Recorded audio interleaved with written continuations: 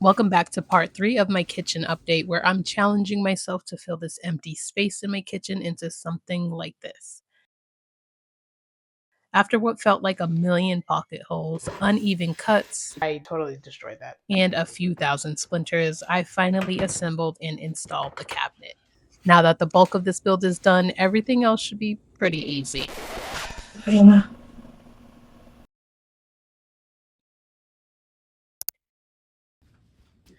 I'm at the final stage of this cabinet build, and I want this cabinet to be as close to perfect as possible. Right now, I'm taking the doors off of the cabinet so I can get started on the next step.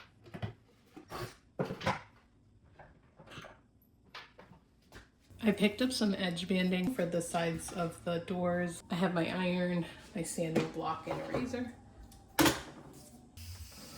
So the process was pretty straightforward, but the glue was melting quickly, so you have to make sure the edge banding is correctly in place the whole time because it could end up slipping and sliding and moving out of position, leaving gaps or unevenness.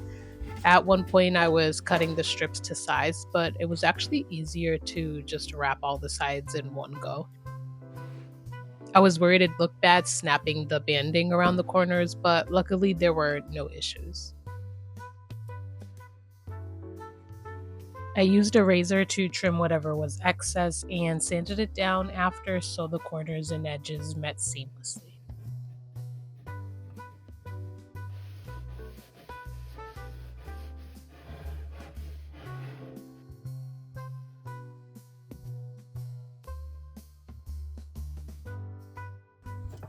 I took a trip to the Home Depot and picked up a few stain options, but I'm only choosing between two: special walnut and red mahogany. You'll see why later. I'm using scrap wood from this build to test out the two colors, and once they're fully dry, I should be able to make my choice.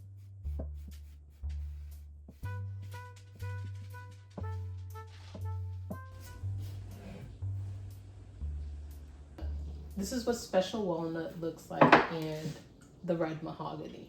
More than likely, I'm going with red mahogany because it's darker and I feel like it would go better with the cabinets. Here is what the colors look like up against the cabinets. The top is red mahogany and the bottom is special walnut. This is the color we're going with. But I used a wood conditioner here and I don't think I need to use it for this wood because this is what it looked like when I didn't use the wood conditioner, and I just like how the darker color goes with it. Do not mind this one. I don't know what I was thinking with it. I picked up a red chestnut thinking that it was a good idea to pull the red from the cabinets, but the red I was looking for was in the red mahogany. I feel like in the video it doesn't look different at all. Okay, so it's the next day and I'm moving on to the trim and what will be the countertop and the shelves. I've got my measurements, so now I'm cutting all the trim pieces to get ready for installation.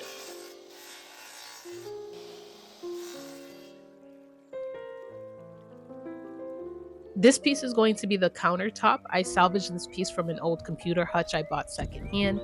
We never had a dedicated office, and with the pandemic, some of us, including myself, became remote employees. So this became my cubicle. The rest of the hutch was pretty beat up, but the top of the hutch and desk were still decent. And I'm sure I saved myself some money by saving these pieces because I'm not one to save any pieces of furniture. So after 5 years of sitting in my basement, I'm glad it's finally going to good use. How should I do this? You gotta go at like an angle and then an angle on top of an angle. You don't have, yeah, go that way.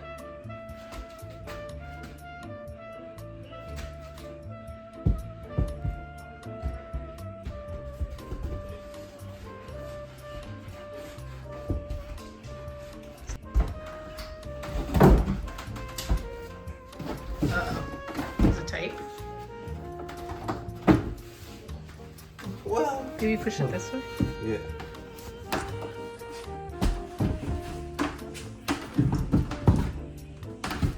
Come forward this way.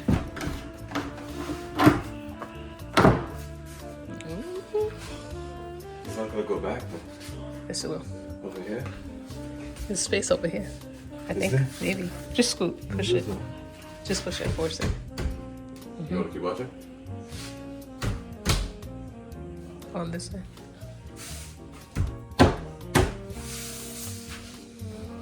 How much lip do you want?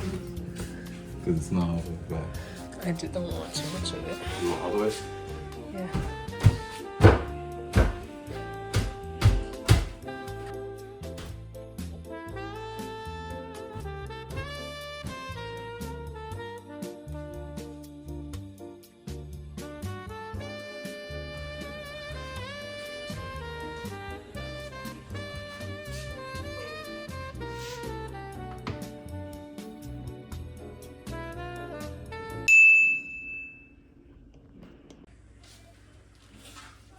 Now that the countertop is in, I'm adding the trim to the doors. I chose something that had enough detail to stand out, but not so much that it makes the cabinet look busy. This is actually the same trim I used in my dining room, except it's much thinner. I was definitely off by give or take an eighth of an inch, so I kind of had to move around some pieces so I had smaller gaps. In the end, it all worked out with some wood filler and sanding.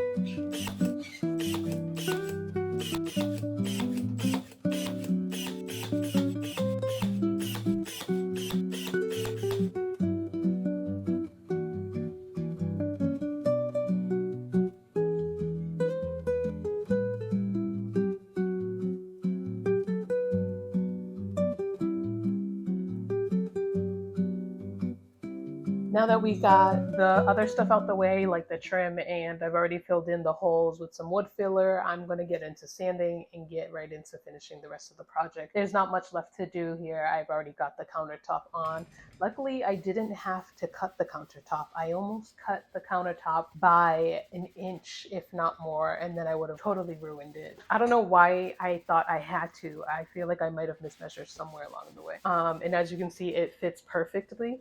I am going to be painting this. What I'm thinking of doing is doing just an even white coat, but if you look at my actual countertop, there are the smallest, tiniest speckles of black, and there's some white veining in it. The countertop itself isn't exactly white, but it is a quartz with very little veining. I do want to attempt to try to recreate this, but if I can't, I'm going to stick with the white, and I might just do a poly coat over top to give it that shiny countertop look. Okay, everything is sanded. I cleaned it all off.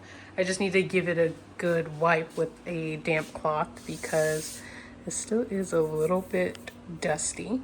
I had to fill in little holes like these on the top because I do plan on painting it and I want it to be nice and even. So of course I had to pull out the DoVoH laser level to make sure the shelves go up correctly. And it looks like I need to go down a little lower. Okay, so I'm adjusting it so it is at 2 feet.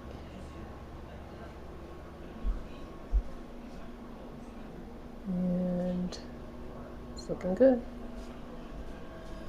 Just going to double check my measurements and make sure that both sides are 2 feet. Okay, we're good here. And we're good here.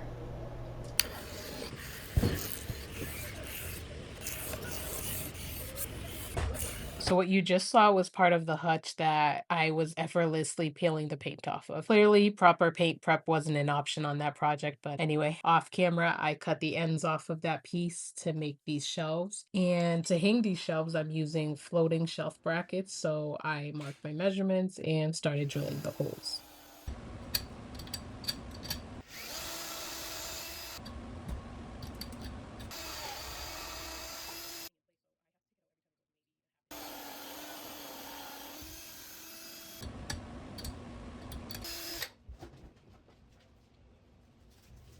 I accidentally put the holes in the wrong side of this shelf. It's supposed to be on this side. I'm pretty upset about it because every time I go in, it keeps burning when I'm drilling, so I have to take it out, clean it, and start again. Not only did I do it on the wrong side, of course I need to charge the battery. I have to pivot. I have to do something else because that shelf alone is driving me insane. I didn't even mention that I put the shelves up and I'm not confident about it. I don't think it's gonna sit flush. I'm scared it's going to like wobble, and I'm holding it with my hands. Of course, it's not drilled in. I feel like it's going to slant. I don't know. I'll just have to see. The battery is actually charging pretty quickly, so I'm just gonna wait and then put them up because I want to do everything at the same time. I want to paint the shelves and the countertop at the same time and then stain this last. Side note, I was going to do legs here. I'll show you. I picked up these legs and they're nice, but I put them up to the cabinet and they seem so small to me. I feel like it does nothing. It's not substantial enough. I feel like it needs to be a little bit beefier. For now, it's going to be fine floating with the shelves up there. I feel like it'll be fine, but let me know.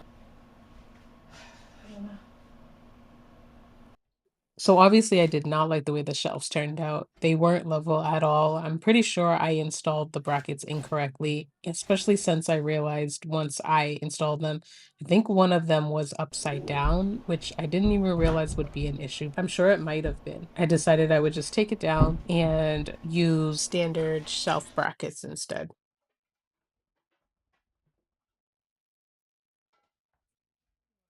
So the next day, I placed an order for new shelf brackets online. So while I waited for that to come in the mail, I started painting the shelves and the countertop. I mixed up whatever paint I had on hand to try to change the white paint to something warmer, but I don't think it worked much at all. I still plan on making this look as similar to my countertop as possible. So with the idea I have in mind, I'm just hoping that it all works out as planned.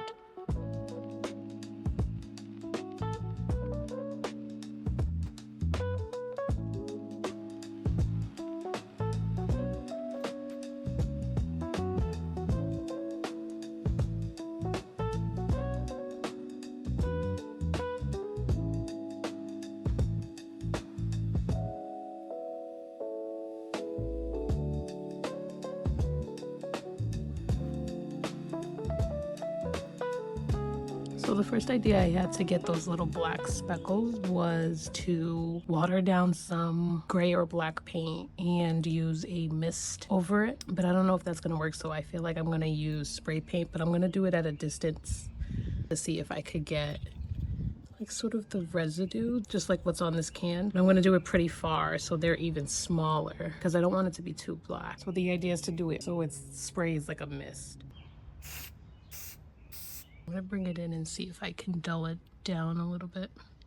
This is what it looks like without it, and this is with it, and then this is what the counters look like. So this is still pretty white. This brush has pretty much nothing on it, and I'm gonna go over it just to get rid of the dark spots, I guess. It looks okay, but now I feel like I took too much off. All right, I'm just gonna see how that dries. Okay, was a little bit heavier handed with this one, and it really doesn't do much justice in the camera until I zoom in. This is way too much. So I'm gonna go over it with the paint roller just like I did the other one. I do like how much more I got and how tiny they were. It's just spots like these ones are too big. That's where I will be going over lightly with the paint roller. So I ended up adding a little bit of this brass spray paint. And I tried to mist it. I don't think it did anything. I feel like maybe it mixed it up a little bit, but I didn't spray enough. I think I was a little bit too scared. I'm gonna let this dry. If I like it, again, I'm going to put a coat of polyurethane over it, and then I'm going to do the countertops. So I'll let that dry. I'll be back.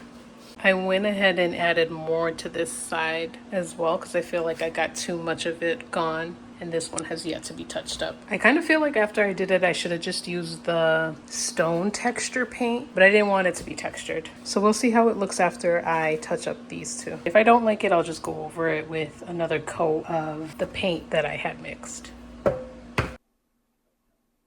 I plan on doing the spray paint method over here. And because this is pretty snug and it's in here really tight, I don't want to take it out, paint it, and then bring it back in. I'm just going to do everything in here. It shouldn't be too much, but I did want to make sure I protect everything so I don't have to sand anything back down or repaint the walls, although I do need to do some touch-ups.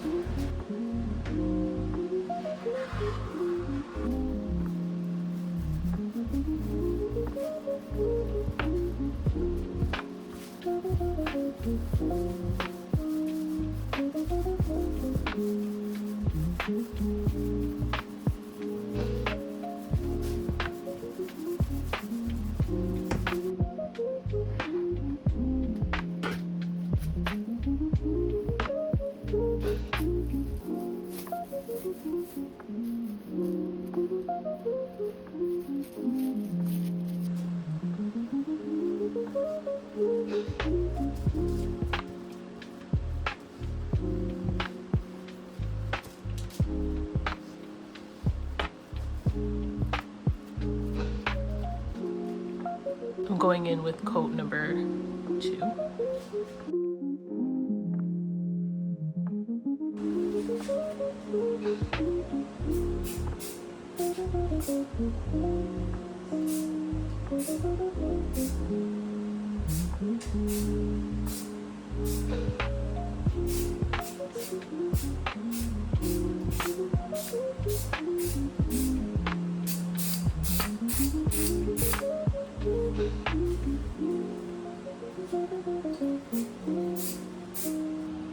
So this is what it's looking like before I put the polyurethane over it.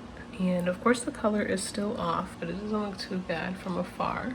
And if you look closely with those white spots, I did try to mock it here. I don't know if you can see it in the camera.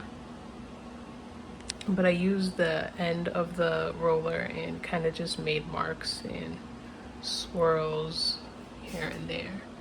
This part is still pretty wet. So that's what it looks like. Hopefully when it dries and is sealed, it starts to look like a countertop. Okay, everything is painted and sealed, but the hardware I used for the floating shelves did not work. I didn't like how it looked. It didn't hold it nice and level. It was actually slanting. So instead, I ordered this bracket, but I didn't realize that I ordered one. I thought this was a 4-pack. I will be returning this and I'm going to shop around for something that's way more affordable and a pack of 4. I'm going to stain, I'm going to pre-drill the holes for the hardware. It will be placed right here like this. And hopefully I finish today.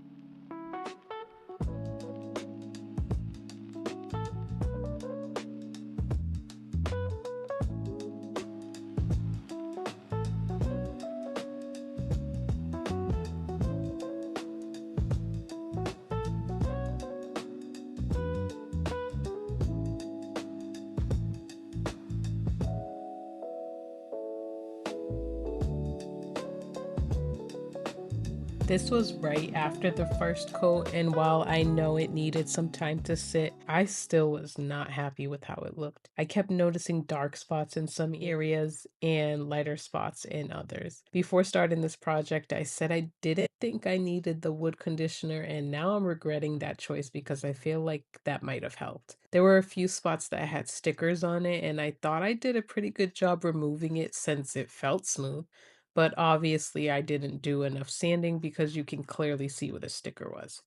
At this point, I was really nervous because the stain specifically says not to sand in between coats. But I feel like the only way to fix this is to sand the spots that are bothering me and stain the spot again. This will need another coat, so hopefully that helps with the issue because at this point, I was not happy at all.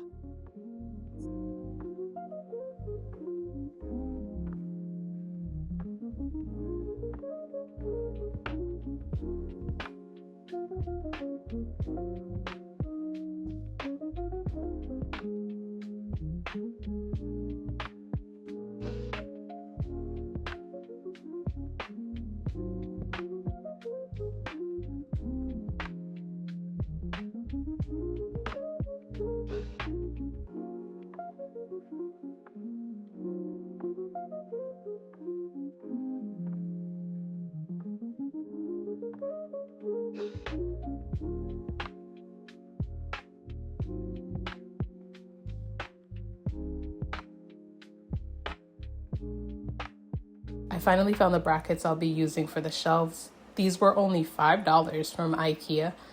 I still have to patch up the holes left from the drywall anchors, and then I can move on to sanding and painting. I've already patched and sanded the holes. Now I'm just gonna paint over it really quick, and then I'm going to hang the shelves.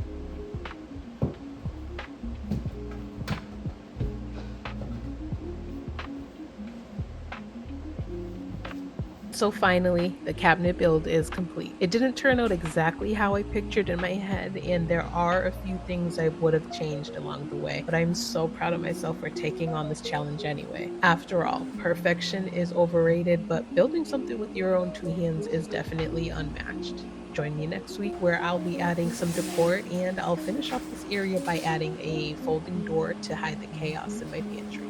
Thanks for watching.